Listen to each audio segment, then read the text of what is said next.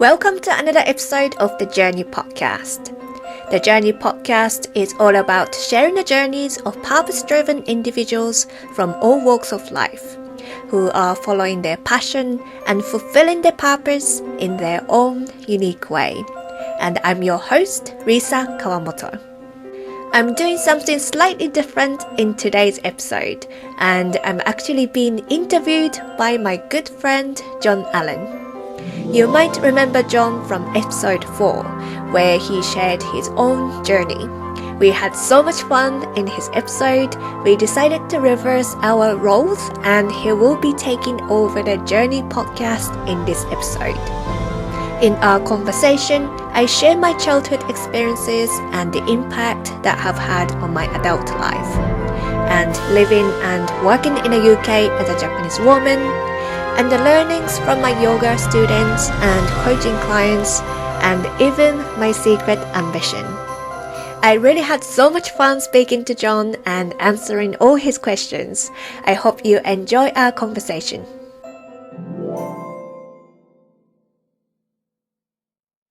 Hello, everybody. Welcome to the Journey podcast. You've got a slightly different face with you today because Risa and I decided, as we had so much fun in the first interview, we thought we'd do a reverse. And today I'm going to be interviewing Risa. My name's John Allen. I'm obviously not Risa. I'm an award-winning writer, copywriter, digital content manager, and speaker every now and then. Which I hope is why Risa agreed to, do this. So, hello, Risa. How are you? I love the intro. Thank you. I am good. Thank you. Excited to be here. Excellent. And yeah, I'm feeling much better. I was actually sick last week. I had a cold. So I'm just recovering from a cold, and I was really trying to get better for this interview actually. So yeah, I was resting for a few days and not doing much, taking medication, herbal tea, all that stuff. Drinking lots of warm water. So yeah, I feel much better. Being sickeningly healthy. I need to drink more green tea. I drink too much breakfast tea, which probably is too much caffeine, as you can tell. But I'm glad you're feeling better.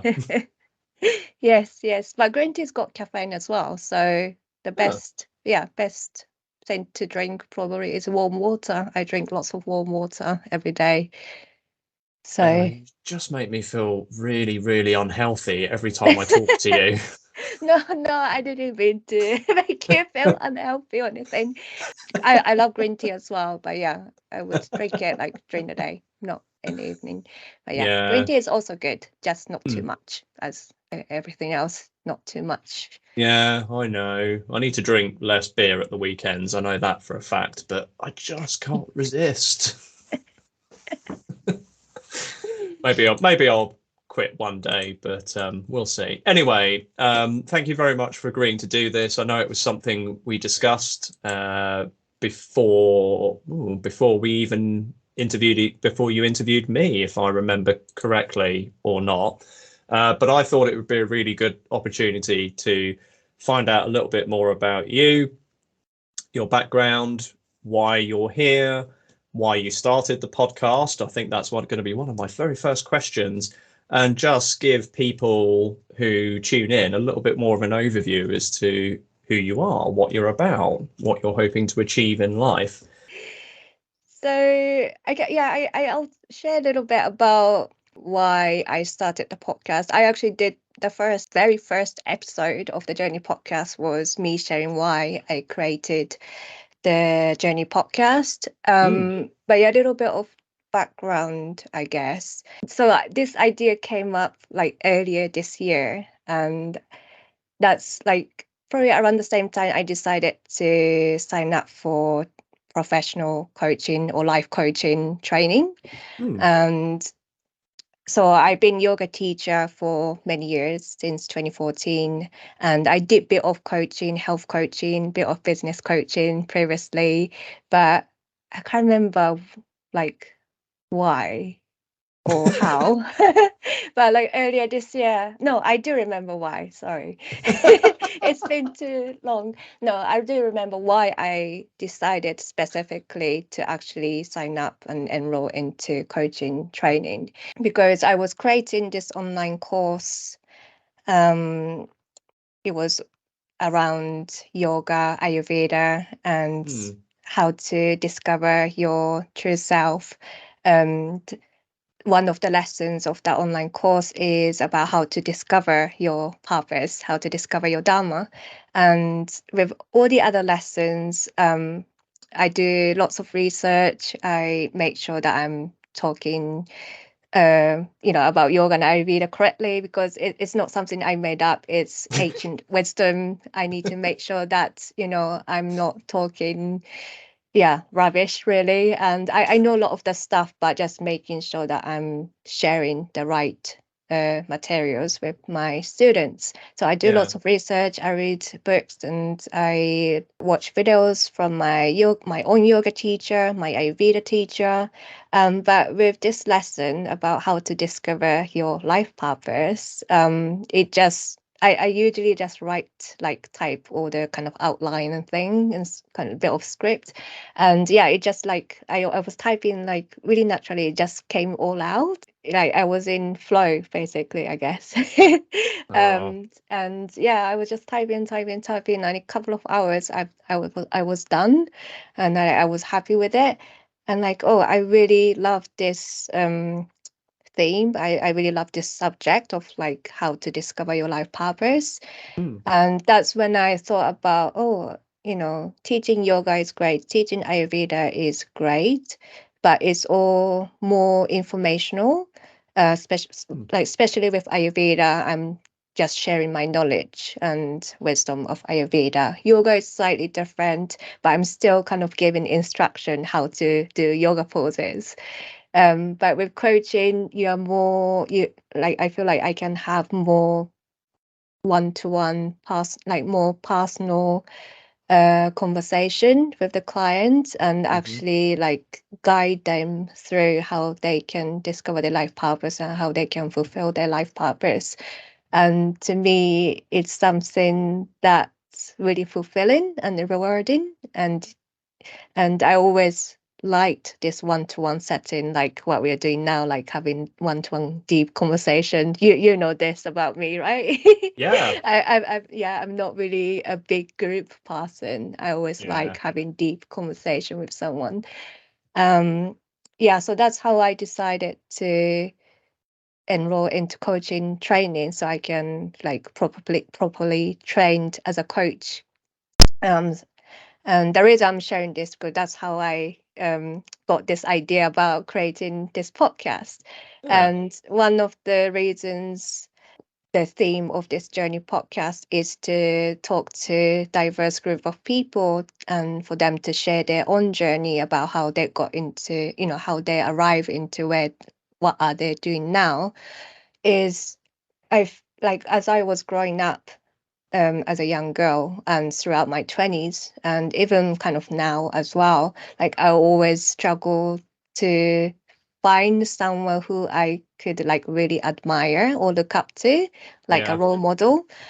Especially when I was young, I really struggled with that. And when I was developing my career, I didn't have mentor or anyone, because like mainly because I couldn't find anyone Yeah. that I could resonate or relate to. So this is why I'm really passionate about bringing people from different background, different race, different educational background, different passion. So hopefully, like if someone listen to, my podcast, they can relate to at least one of the guests, at Yeah. least. Yeah. Hopefully more, but like yeah. So that's why I'm really passionate about like really reaching out to diverse group of people for my podcast. So yeah, that's why I decided to create this podcast. But then yeah, I had this idea early this year, and it took me a few months to actually, yeah, reach out to people. And and book interviews because I was just like play with this idea. Like I was so excited about it, and I was telling Michael, my partner, about it like almost every day. Like, oh, this is my idea. So excited, but like to actually take action, like it took me months to do it. Uh, Like most things in life. yeah. It's really, and I have to say, because I have listened to quite a few episodes now myself, including mine, which was vaguely embarrassing. But I would agree with you that all the voices that I've heard, I think was it Arvin, the Yeah. vegan restaurant owner, that Mhm. was really interesting to me because, A, I'm not a vegan, and B, I wouldn't even know where to start when it came to opening a restaurant, let alone a vegan restaurant. So to hear about him and his background was great. And then I think I listened to I'm really bad. God, this is terrible. I've forgotten her name, but the film Victoria. director Victoria. Mhm. I thought her story was absolutely fascinating because for me, hearing about a young woman literally didn't know anyone. And I guess similar to your background there, coming into a new country and just being really successful in what she's chosen to pursue. But then things that resonated for me, all the misogyny that she's faced from guys not like me, but the sexism and all and just being catcalled on the street. It was really heartbreaking, but really good to hear because I think the more these stories are shared, the better off everything will be. Mm. So I would say this is a really inclusive podcast. I've heard loads of different voices so far, and I hope long may it continue. So thank you for giving us a little bit more insight into why you've decided to do it. Right, I'm nosy. I'm a writer, so I'm nosy about people in general, as you can probably tell from some of the questions I've, sent you to prepare. But I'm going to throw a bit of a curveball to start with because can you explain, and I'm please correct me if I've mispronounced this. Did you say it's Ayurveda yoga? Ayurveda.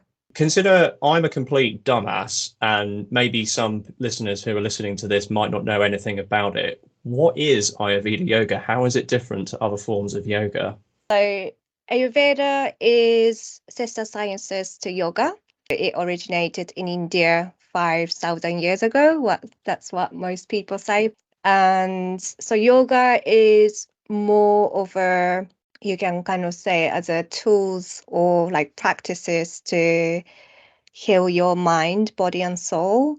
And whereas Ayurveda is more around diet, lifestyle, and Hmm. also Ayurvedic kind of medicine as well, like herbs and different kind of Ayurvedic medicines to heal your body, your Hmm. mind, and your soul. So they kind of go hand in hand because you can have the best diet and lifestyle, but if you're not moving your body, for example, which is one of the yoga, is yoga asana, which is movement, or if you're not sitting in silent, which is meditation, which is also yoga as well, or if you're Hmm. not breathing properly, um yeah, you're not going to be able to heal your body, or you're not going to be able to maintain that physical mental health properly. So like it's a holistic Hmm. approach basically. So Ayurveda, yeah, you want to think like Ayurveda is more around diet and lifestyle, and yoga is Hmm. more around all these tools and techniques, so like meditation, pranayama, which is breath work, and yoga, physical practice. But then there's also kind of philosophy as well. So yoga and Hmm. Ayurvedic philosophy around how it's called right living. So there in yoga there are like five yamas and niyamas, and they're like what do you call it? It's principles, like the right way to live your life. So like Hmm. things you should be doing, like non-harming, so not harming others, yourself, animals, or for example, other ones like things like being clean, like cleanliness is Yeah. one of the yamas.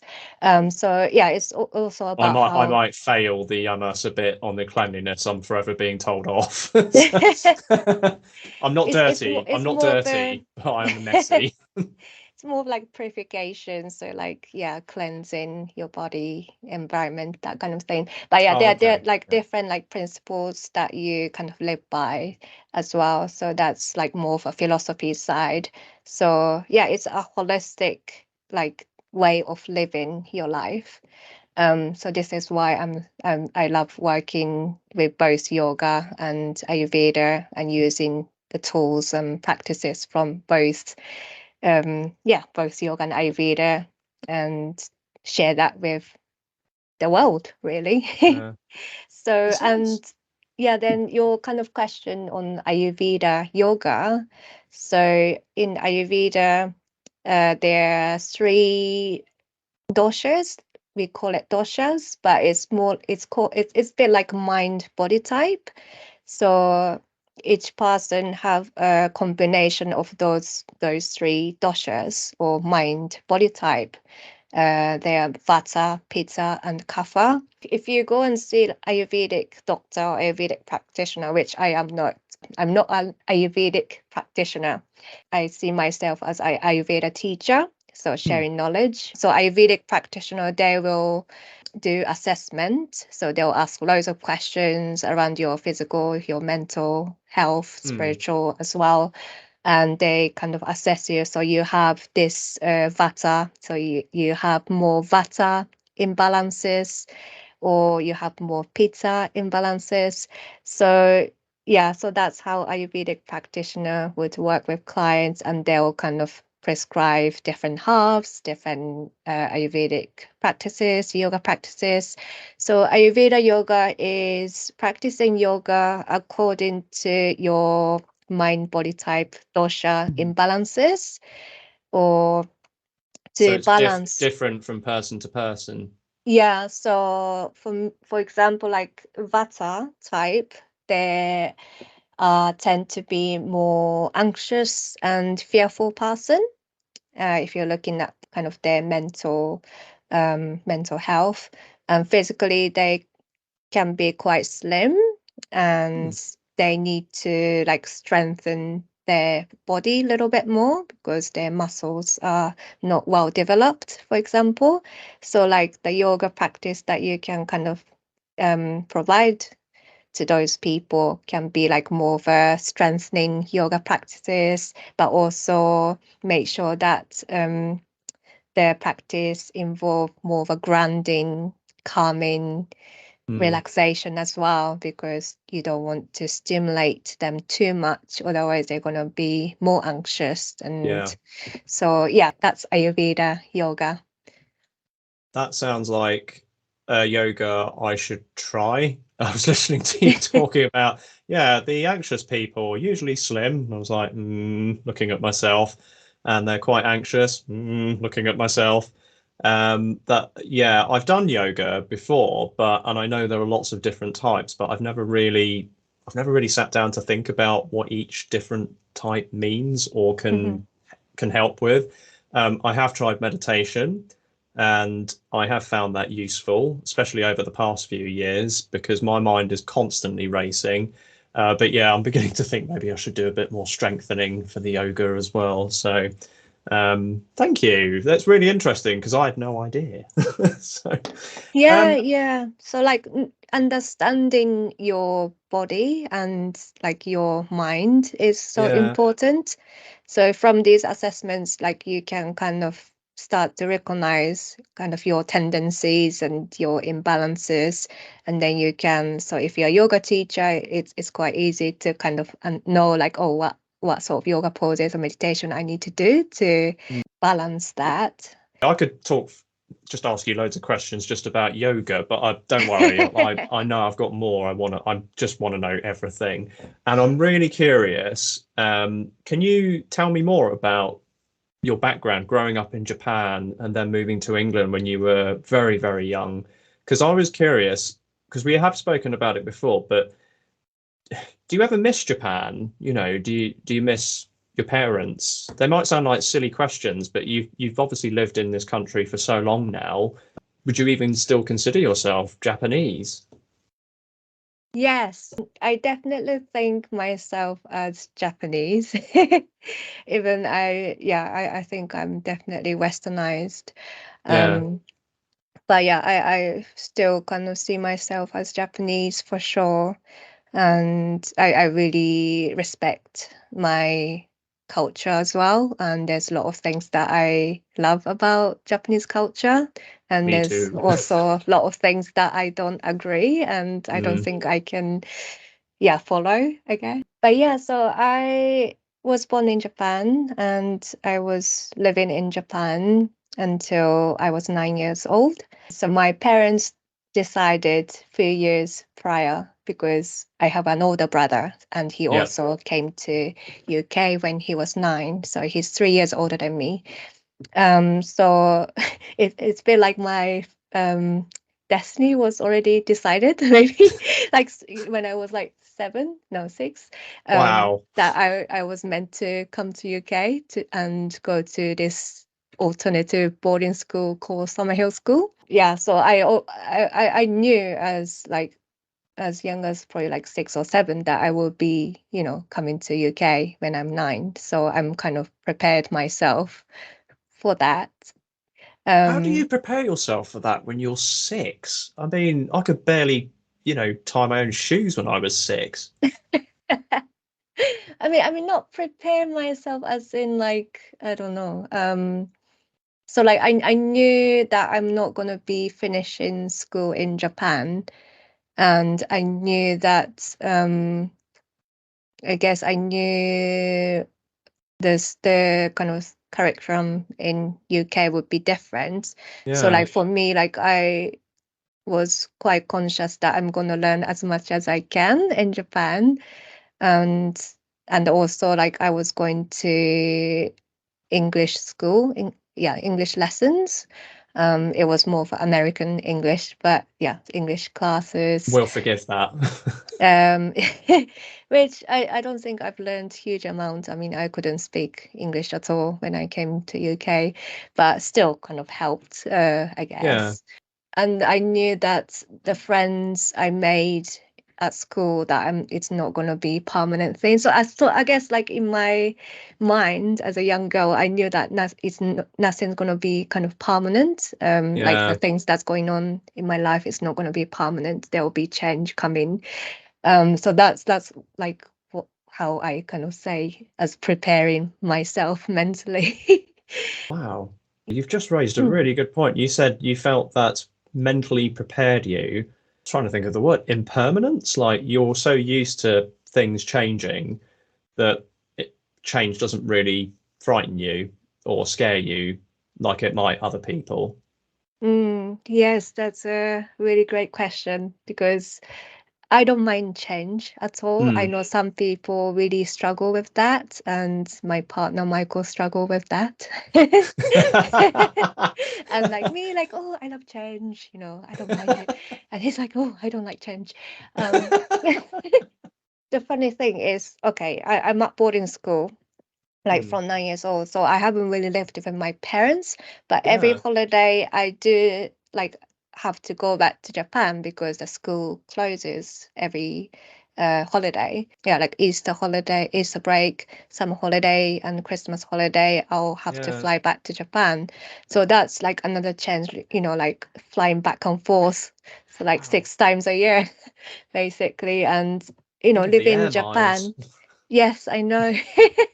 It's so not environmentally friendly if you Yeah. think Well, about well, it. But yeah, we're not going to criticize anyone for that at the moment. So, but yeah, so like living in Japan and living in UK is completely different yeah. thing, and living in boarding school is another, I can talk about it forever, all my experiences in summer hill school. But that's change happening like 3 times a year. Yeah. So I think that's how I got used to change because like also there's like 9-hour time difference between Japan and England, so Yep. experiencing that like multiple times a year. Food difference, Oh, and jet lag. jet lag, yeah, and just the whole environment is different. So like having to adapt that like multiple times a year is, yeah, something I got used to. And so yeah, I think that's why I'm always quite happy, and I'm really adaptable as well with everything. So Like nothing phases you anymore. but I guess, as I grow older, you kind of find this comfortable place in your life. And I think I'm starting to feel like, oh, I'm really comfortable here. So I'm quite happy here. I don't need to change. But yeah, Does that frighten you, the fact that you're beginning to feel comfortable? no, I don't think that frightened me or anything like that. I feel good that I found this comfortable place, maybe. So it's more of a, yeah, like joy for me that, Oh, if that makes sense. no, it makes perfect sense. And thank you for elaborating because, again, because I don't have that experience and I'm always curious to know people's backgrounds anyways. Again, part of my job is talking to people and finding out as much as I can about them, probably more than they want to tell me. So, and I think it's fascinating. Okay, following up from what you've just told me about not being afraid of change and because of the way you grew up, that's just pretty normal to you. How do you think that's affected people's perceptions of who you are when they meet you, if at all? I don't know if that changed anything. I know that some of my friends, because in my 20s, I changed jobs quite a lot. My friends used to often tell me, like, oh, you always change your jobs. And so, like, I guess, like, I can't do same thing for a long time, and I'm always itching to do something else. And I just wonder if that's something to do with like always having this, change In as I your was growing life? up. Yeah, definitely I get bored if I'm doing one thing for a long time, You sound especially like with my my job. wife. Oh, really? Yeah. Also Like, gets very bored if she's doing one thing for too long. mm, yes. And yeah, I like to be learning all the time. If I stop learning, or if the job's learning period is ended. When you start a new job, you're constantly learning. But Yeah. once I've learned everything, there's nothing else to learn. I get bored. Yeah. No, I'm the same. I think that's why I enjoy writing because there's always Mm, something new to learn in my profession. There's so many different techniques, tools that you can use, and different styles. And I think, yeah. yeah, I'm not as bad as you. Sorry, that sounds awful. I don't think I get as bored with things as quickly as perhaps the way you describe or the way my wife describes. But um, if I'm doing one thing for too long, I definitely start to get a little bit itchy, especially if I'm Mm. not learning. So that's really interesting. Thank you for sharing that. Um, just a bit of a follow up on that. What do you think there's anything that people misunderstand about you when they first meet you? And I say this from, look, I'm a white privileged man. You are a Japanese professional who's living in this country. And one thing I've noticed, particularly in the past, well, since 2016, if I'm honest, is an uprise in racism and anti-immigration rhetoric, which is absolutely ridiculous in my view because the whole world is built on immigration. Do you think your background puts you at a disadvantage here in any way, shape, or form? In terms of meeting people, and I think, yeah, in terms of meeting people, like in a kind of social environment, if I say I'm from Japan, I always feel really privileged that people always show interest in my Hmm. home country. And, if I say, oh, I'm from Japan, and they say, oh, I always want to go, I always wanted to go to Japan, or I've been to Japan, and like the Me too. conversation starts from there. I know. And yeah, and I always feel so happy that like, oh, people show, huge interest in my home country, and they're interested, genuinely interested. They love the culture.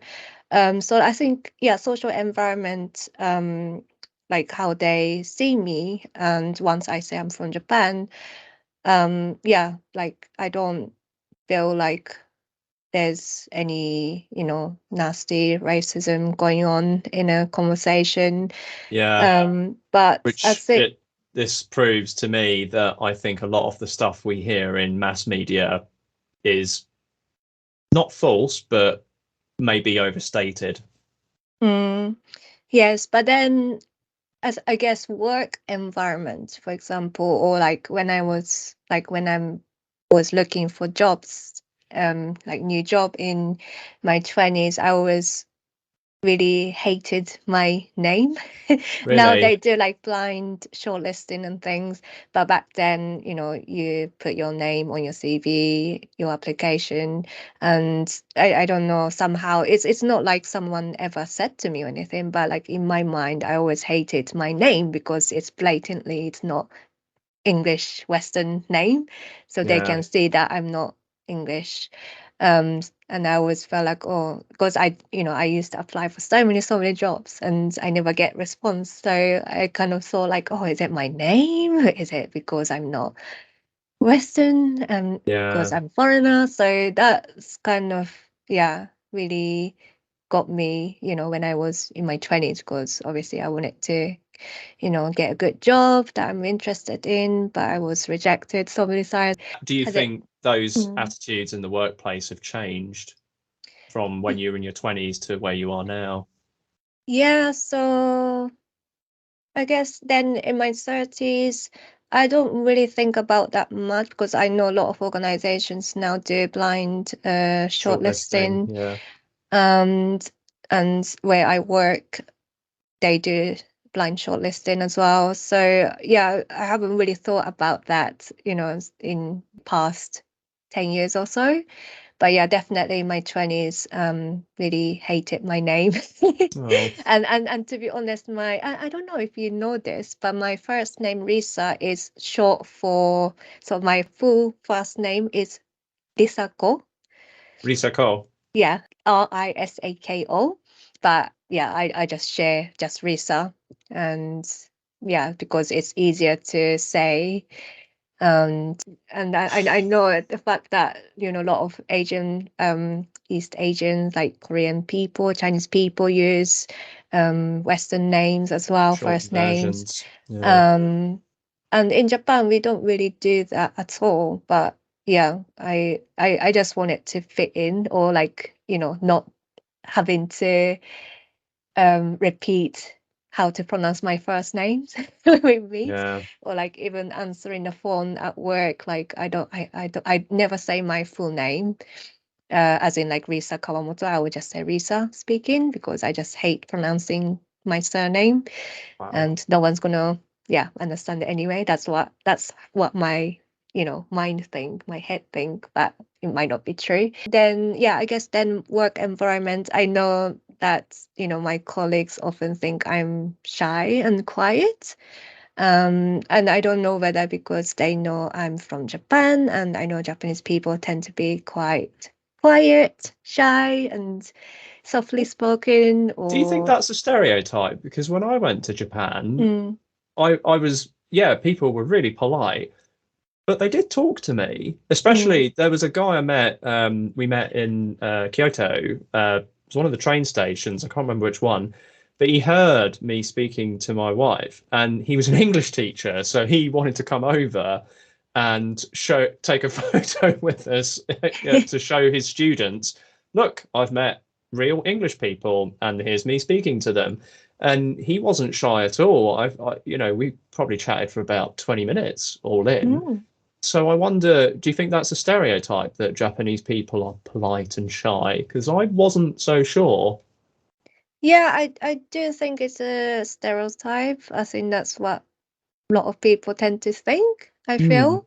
Definitely like quiet, not really outspoken, and really polite is, yeah, another thing I hear a lot, which is good thing. I'm quite happy with the polite bit because I like to be polite. Same, where But possible. yeah.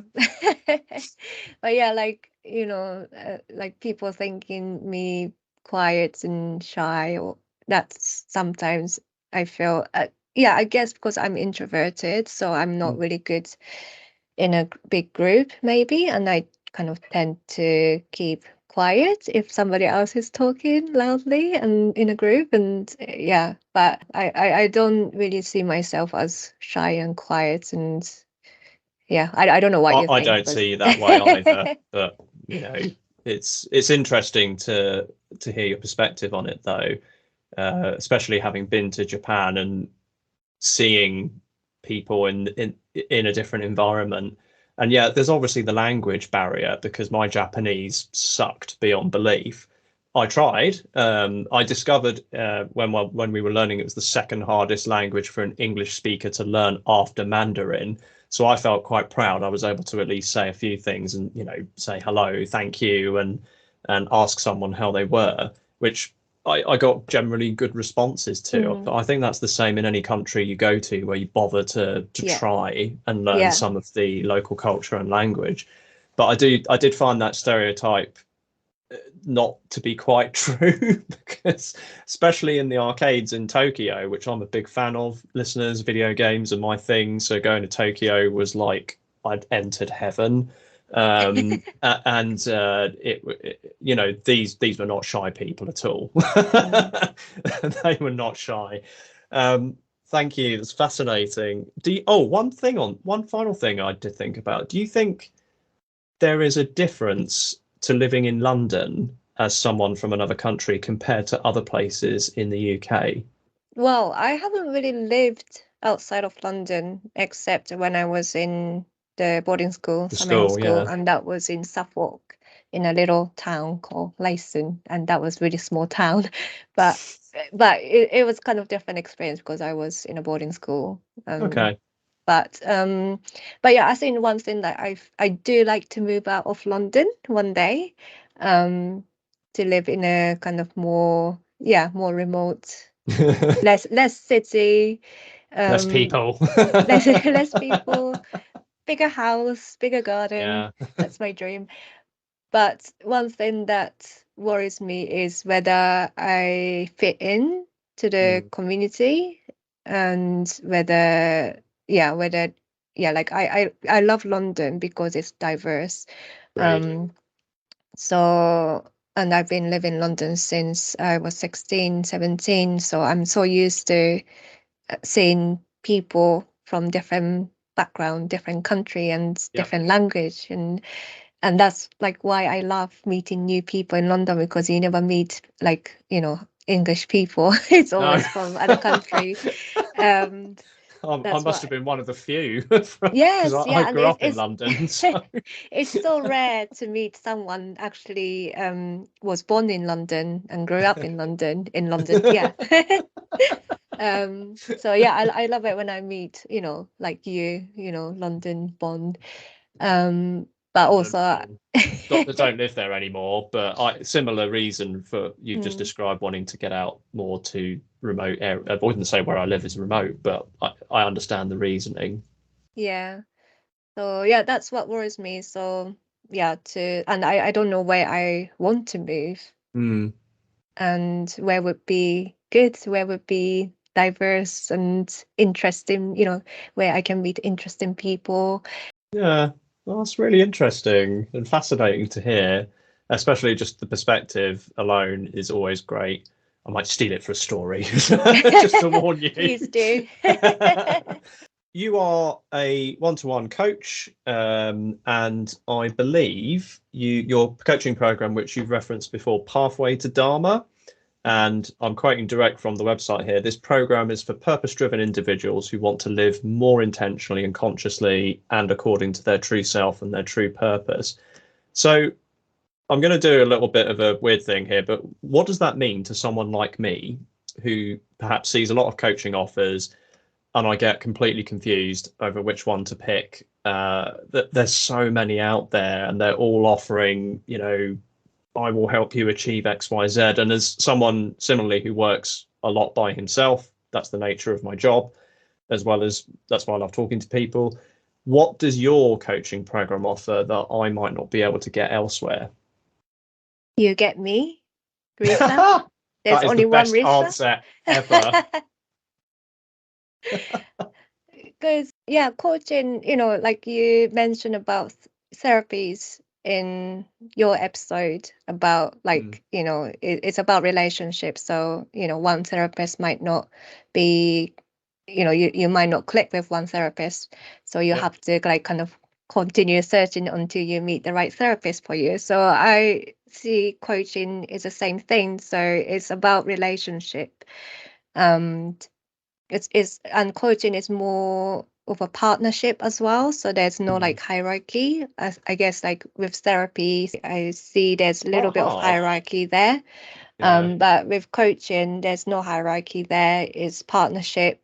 So you really want to find the right coach for you. I could say, okay, I'm a yoga teacher as well, I also teach Ayurveda, but there's other people who do similar offering as I do as well. Of course, there's a life coach and yoga teacher out there who's offering coaching program. So like the only thing I can say to people is like you need to find the right coach for you. So Mm. if I say if there's any unique thing in my program, it's me. It's how I approach to coaching. It's the way I talk or I listen to you. So yeah, that's what I would say about that question. That is the best answer ever.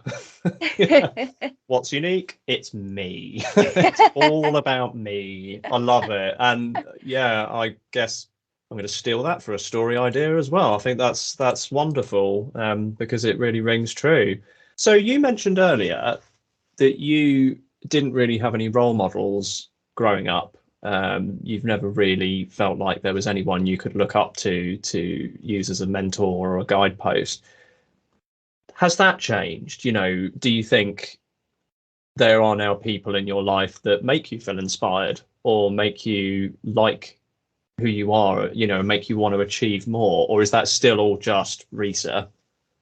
I mean, you inspire me. Okay, let's A not lot. do this because I'm just gonna like um, vomit or go red. it's a compliment. Yeah, You have to learn can't how take to say thank compliments. you. Thank you. Thank you. Thank you. Well, you um, inspire me, and that's the end of the loving. yeah, I mean, I do still struggle to find the right mentor for me, right coach for me. I've been searching for a coach, because as a coach, I like to get coached as well, because that's how you learn Mm, as well as a coach. So I want to find a coach who can, who I can have, a session once a month or something. But yeah, I find it really challenging to find the right person. yeah. And also mentor, like I really struggle to find a business mentor that understands my values, my business, and like my goals. And yeah, so I do struggle in that. Yeah, still, I guess. Do you think I mean, obviously, apart from me, but there must be other people in your life. Just listening to the interviews you've done and across your podcast, that makes me think there must be other people Risa must know other people that make her feel inspired or like her best self or want to do better. Yeah, I mean, like in terms of like inspiration, yes, like all my guests, they've been Mm, really inspirational, and I love having conversation with them, and I was like really inspired by listening to their journey. And obviously my partner, he does inspire me in different ways. even though he doesn't like change. Yes. And yeah, my friends as well, but I guess like in terms of like role model, because I know some people often say, oh, my parents, my father or my mother or my grandparents, and I don't have that. You don't have that. So I always I hope your mum secretly, and dad aren't listening to this. they won't understand English. Unless, I don't know, they get translator. But yeah, no, I mean, I love my parents, but yeah, I can't say that they've been my role model. Mr. and Mrs. Kawamoto, if you're listening, there's no offense intended. You know, your daughter is wonderful, so you've done something right there. So, Thank you. you're welcome. Just covering ourselves a little bit. So, I've a couple more questions that I'd like to get to because obviously we're running a little bit out of time. Um, I've heard a lot of talk, especially in the past 2 years, probably, and I'm guessing, in fact, we've spoken about it. You've heard it a lot too. People have started talking a lot about, you know, being authentic in their lives, being authentic at work, and yet I still feel, you know, yes, we need to be authentic, be ourselves, be who we are, but in a professional environment, I always check myself, like, can I bring my whole self to work? I was just curious on your thoughts. What does being authentic at work mean to you? It depends, like who you are talking to, I guess. I mean, I don't swear or anything, but like, yeah, if I was swearing, I don't think I'd be swearing, in a professional meeting with clients, for Mm, example. Even that's myself, if I always swearing in any conversation with people, then that kind of consider as authentic self. But yeah, yeah, in a professional environment, probably not. But I always kind of see it as like, I and that's kind of one of the yoga philosophies as well, but making sure that whatever I do or say is not harming anyone.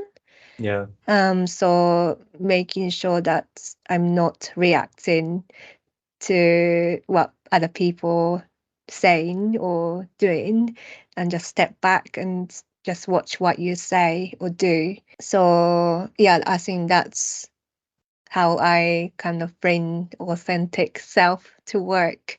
no, no. I need to practice that a bit more myself. I have been guilty and I've been called up on it of swearing sometimes during a meeting that I probably shouldn't have sworn at. So I've worked really hard not to do that. I have found though that there's colleagues of mine that I've worked with, especially I was at a convention recently, and the environment, it was a work environment, but it was slightly different. So people felt, some people, not all people, felt more comfortable throwing in a swear word here or there, which I found, I always find it interesting to hear that and to hear different people's perspectives. Because I kind of agree with you. I don't think I can bring my full self to work in a professional environment because my full self might not always be appropriate for that environment. Or I might, like you said, I don't want to hurt anyone accidentally, even without meaning to. It's really interesting, and I hope the listeners find that interesting as well, because I think sometimes we talk about authenticity at work, but no one actually explains it in more detail and what it might mean. So Mm. thank you very much. Okay, bit more of a fun question. Let's say, I mean, the world's pretty, you know, if you listen to the news, which I'm trying very hard not to, it's all doom and gloom, you know, climate breakdown, war, etc., etc. But I always retain a sense of optimism about the future. Part of my job, again, making up stories. If in 50 years or less, civilization, as we know it, collapses and all that is left is a book about your life, what would the title be and what would the blurb tell us about Risa? I love this question, and I Excellent. saw that question because you sent me a list of questions like few Full hours disclosure. before. Yeah, not the week before, which I should have done. No, that's fine. But yeah, so I can't tell you like exact title or blog, but I The would. journey Sorry. could be the journey. Yeah, I was thinking the journey. Well, it would be the journey, but then there's subtitle, obviously. But yeah, I can't tell you that right now. I have to think a bit Okay, more. that's all right. There's But time. 50 years.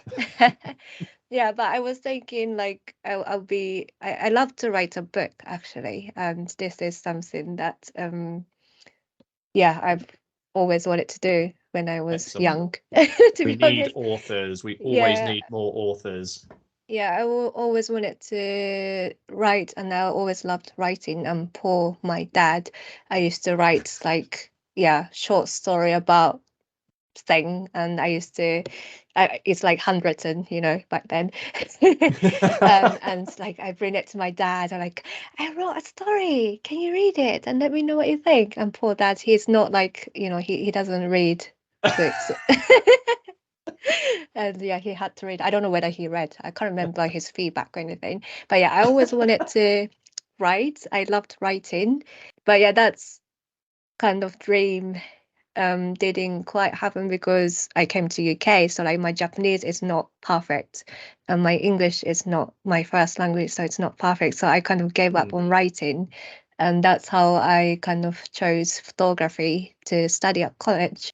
But yeah, anyway, so if I want to write a book one day, and I want the book to be like about my experience in a boarding school, summer hill school, because there's Yeah, like a lot I can share, which is quite entertaining as well. I want to Um, read that book. and yeah, Michael knows quite a lot of story about it. But yeah, I can. I'm sure I No can write. spoilers.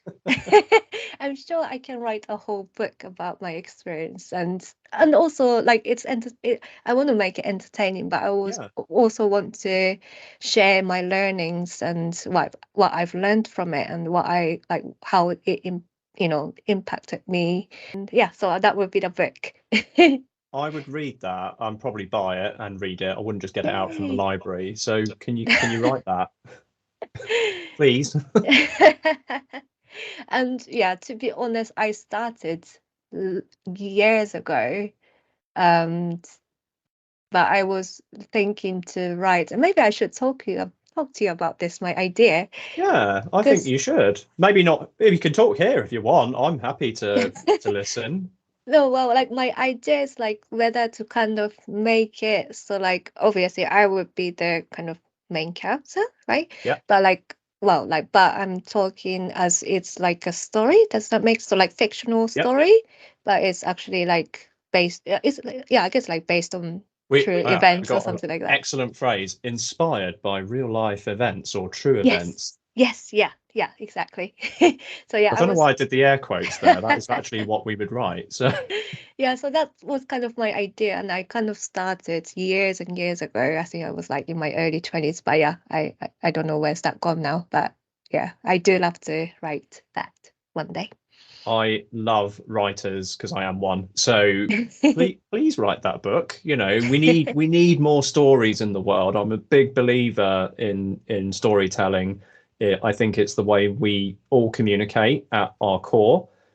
We tell each other stories. We've done Mm, it since we first learned to pick up like a stone in a cave and we started drawing on walls. Anyone who, like, no offense to your dad, but I can't. I find it difficult to get into the mind of someone who doesn't enjoy reading or trying to tell a story, because like parents tell stories to their kids, mm, even if it makes stuff up. That's how we progress, I believe, as a mm. species. So yeah, storytellers, bring them on, more, more, more, more, more. So, and I would read that book, particularly because you've Oh, told me thank a you. little bit about Summerhill. You haven't gone into detail, so yeah, no spoilers. Write the book and I will buy Yeah. it and read it. Yay. I Yeah, got damn one right. customer here. Yeah. Okay. I promise just a few more questions and then we'll wrap up, because otherwise, we'll be here for years and years and years. We don't have years. Okay, so you're doing a lot of teaching. I'm going to try and blend two questions into one here to Mhm. save time. So when you're coaching or you're yoga teaching or maybe both, um, do you have any clients that have influenced the way you teach, or did a client do something or did a client do something that you didn't quite expect during your coaching session or your yoga sessions? Yeah, I have to think about that one. So one thing that I feel quite surprised about myself is I'm a really impatient person. Are you about to I don't, tell me you're the world's worst teacher or something? and so I'm always really surprised when my yoga students or my coaching clients say like, you're a very patient coach or patient teacher, and your yoga class is so calming and so peaceful. I'm really happy and pleased to hear that, but like I should really do that for myself more, to be more patient with myself. So that is kind of Ah, greatest learnings from my students and my coaching clients. so you're patient with other people, but you're not patient with yourself. Sounds like it, yeah. Yeah. Why do you think that? Because I would agree with your clients. I would say you're one of the most kind and you listen a lot, and I'd say you're very patient with people. That's how you get them to tell you all their secrets. Yeah, so it's kind of, things I was saying earlier about how I get bored easily and or like I want to move forward quickly. And yeah, like I'm really impatient in that way. Yeah, I've always been like this. And yeah, that's me. But but yeah, That's fine. it's so interesting to hear other people's perspective, Yeah. because they seem to think that I'm really kind, which is nice to hear, obviously. But And you're um, not? I like to think I am. um, Does yeah, Risa have a dark side, listeners? let's not go there. No, I was definitely, yeah, like had dark sides when I was growing up and in my 20s for sure. Hmm. And definitely yoga helped so much in how I see myself, see others, see the world, which has been amazing. Yeah, the greatest learnings from my students and clients are, yeah, be patient and be more kind to yourself. You've just answered my next question, my next to last question, which was if you had one piece of advice to give people who are struggling in their professional or personal life, what would it be? And I think you've just answered that. Yes, yeah, Hmm. be patient. Yeah, don't be like me trying to move You so heard it here. fast. Don't be like Risa. Don't be like Risa. So, No, yeah. be patient, be kind. I think those are two. Yeah, the world needs both those lessons. It's lovely to hear someone say it as well. Okay. Oh, this is a bit of a naughty one, and I promise this is our last time. You can Mhm. edit it out if you want. This is controversial, but why did you decide to go vegan? Is And it do controversial? well, I don't know. To me, it is because, like you know me, I'm still a meat eater. I know we've talked long about the benefits of being vegan, but I'm curious for the listeners, is why? Why did you go vegan, and why would you recommend it? Why would you Mm. recommend it for people? Yes. So yeah, I became vegan, fully vegan in 2020, September 2020. So it's been over 2 years. Wow. Um, Congratulations, bud. I don't know why I'm saying that. Sorry, that's really insulting. No, no, it's okay. We had like first year vegan anniversary and second year vegan anniversary in a vegan restaurant, Arvin's restaurant actually, the Hmm, Arvin from the first episode. I Um, remember. but yeah, before my so both my partner and I became vegan together in 2020, which is really great because yeah, it's always hard to do it just on your own if you live Yeah. with your partner. Um, but before that, I was vegetarian for a few years. And I think that's when I became a yoga teacher and I was really into healthy eating and healthy living. And I was also like trying to live by yoga philosophy as well, non-harming. Yeah, so I was vegetarian for few years, and back then my partner wasn't vegetarian although like meals we cook at home were all vegetarian, and when we go out he would have meat. And yeah, I would stick to my vegetarian dishes. So that's how he got pleasure when we go out. um yeah, but then I slowly like reintroduce fish and seafood back into my diet, and then eventually meat. And in 2019, we went to Japan together, and I was eating everything. um, and I love Japanese food, and Me I too. love fish and seafood as Yeah. well. And for me, like when I was traveling, I didn't want to restrict myself, and I wanted to enjoy the country's food, culture, everything. And yeah, so I was eating everything, and then yeah, then pandemic happened. We Yeah. were in a lockdown, and yeah, we went to Wales together in 2020 summer.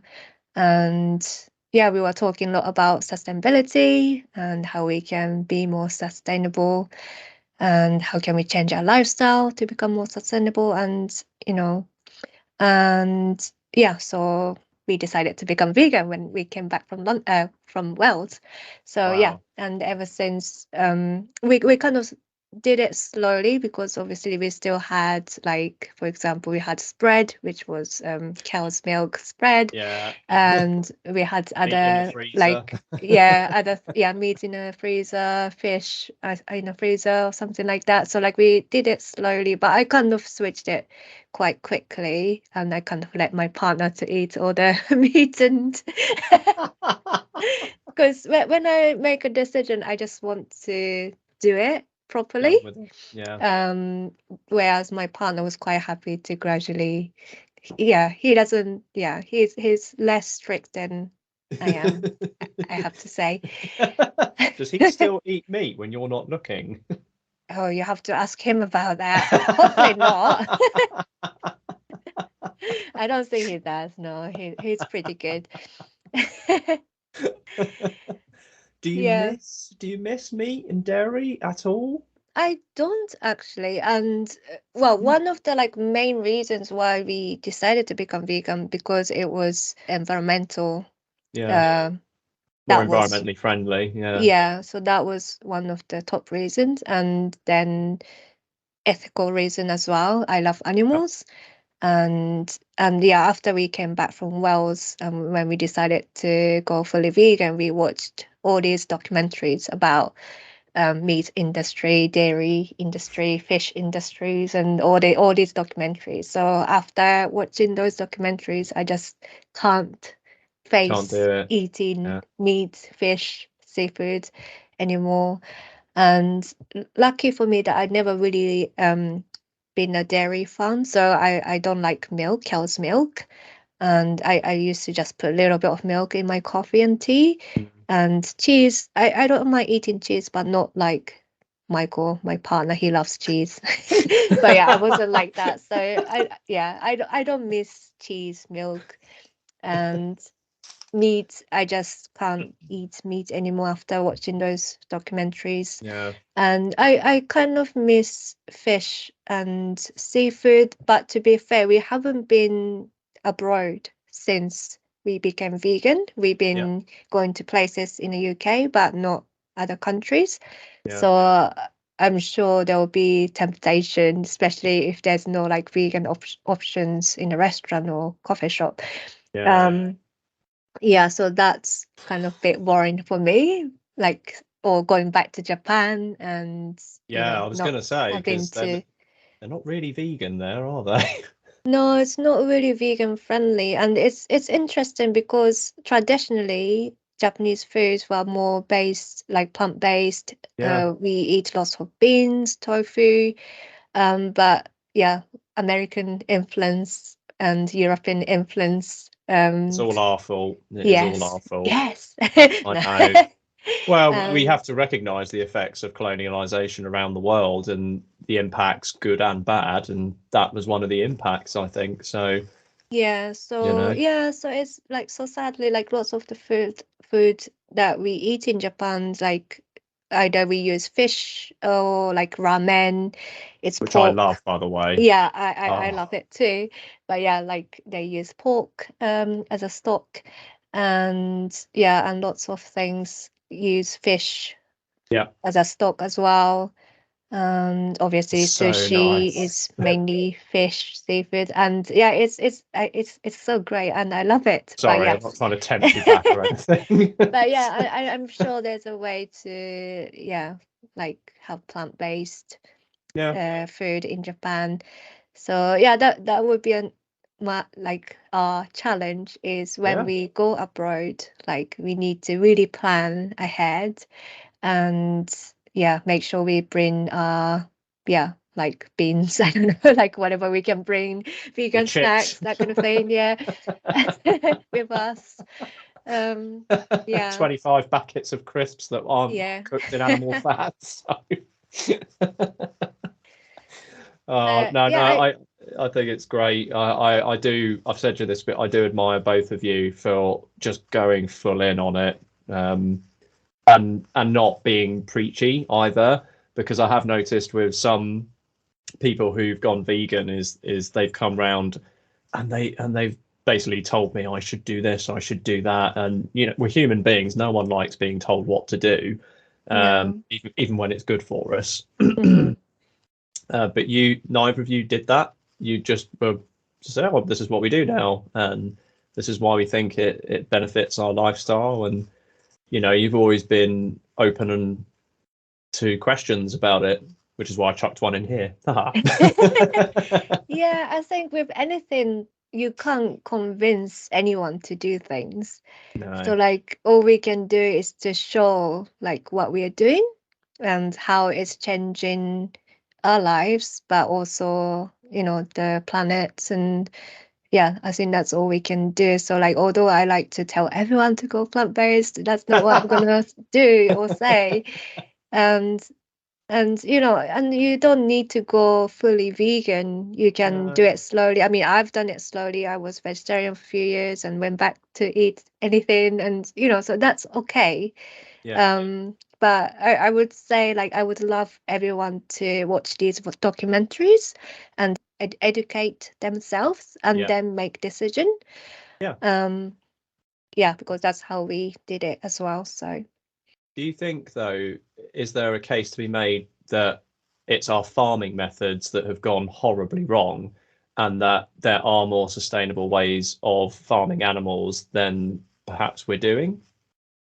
But I have to say, like, we are still killing animals, innocent Yeah. animals as well. Okay. And yeah, and I think there's, some people say, oh, how about organic chicken or, but we are still killing animals. And especially in developed countries like UK Yeah. and especially in London, there's so many alternatives that we can eat. And and Yeah. if Hard to that argue with that. Yeah, and if that can help less developed countries to, you know, earn better money or have better jobs and the Better climate environment. change, yeah, Yeah. environment, then yeah, I think we have this privilege to do so. Yeah. Um, I agree completely. I'm still trying to convince Jess to see if we can give it a go. That's an upward battle, but we'll see. To be honest, I'm still trying to convince myself if I can do it, because I think I would find it quite tough. I'll be mm, completely honest. Like I was raised eating meat, fruit, vegetable, everything basically. And I was always quite proud of the fact that I can eat anything. But the mm, more I learn about the very unhealthy methods of farming that we've been doing across the planet, particularly in America and China. I'm not pointing fingers at anyone. We're all responsible, but because they're the two biggest net producers of methane just from cattle farming alone, mm, and the methane that gets released into the atmosphere has actually a worse effect than all the jet fuel that we spew out when we're flying around the world. that was an eye-opener for me. So, we definitely need to eat less burgers, people. No one needs to eat steak and burgers every single day. But where I can meet people in the middle here is in the middle. I'm quite happy to eat less meat. I'm quite happy to eat less. I don't eat beef. I haven't eaten beef for I can't even remember. Because I've never really been. I liked it more when I was younger. Now I'm not, because it's quite heavy. So I tend to, for certainly in our diet, we tend to eat more chicken, turkey, white healthier meats for the gut as well as for farming. So yeah, I think there's a case to be made for all of us just to eat less meat at the very least. That would help. I believe. I might be wrong, but based on what I'm reading. Yes. Risa, it's been wonderful speaking with you and listening to your own journey, and also being very kind to agree to let me delve deep into your soul and find out what makes you tick and why you are the way you are and where you are. Thank you very much is all I can say. I hope everyone's enjoyed listening to this. I've certainly enjoyed listening to Risa myself, and I'm sure Risa will put any plugs in the show notes, but you can find Risa's website if you are listening on any of the, it's risakawamoto.com, am I correct? Yep, that's correct. Yep, excellent. So you can find everything there is to know about Risa's coaching, her yoga teaching, and what she can offer you in your own life at risakawamoto.com. But Risa, thank you once again, and I hope everyone enjoyed listening. Thank you. That was so much fun. Thank you very much. You're welcome. Take care, all. You too. I hope you enjoyed listening to our conversation. I shared quite a lot of things that I've never shared publicly before, so I hope you got to know me a little better. After my conversation with John, I was really inspired to get started with writing a book, so I went on to search for an introduction to writing course, and I'm really pleased to say that I found a day course where I can learn all the basics of writing a novel. I really hope that this episode will encourage those of you who have been wanting to learn new things or follow your dreams to finally take action, even if it's a small step. I hope you have a wonderful day, and I'll see you in the next episode.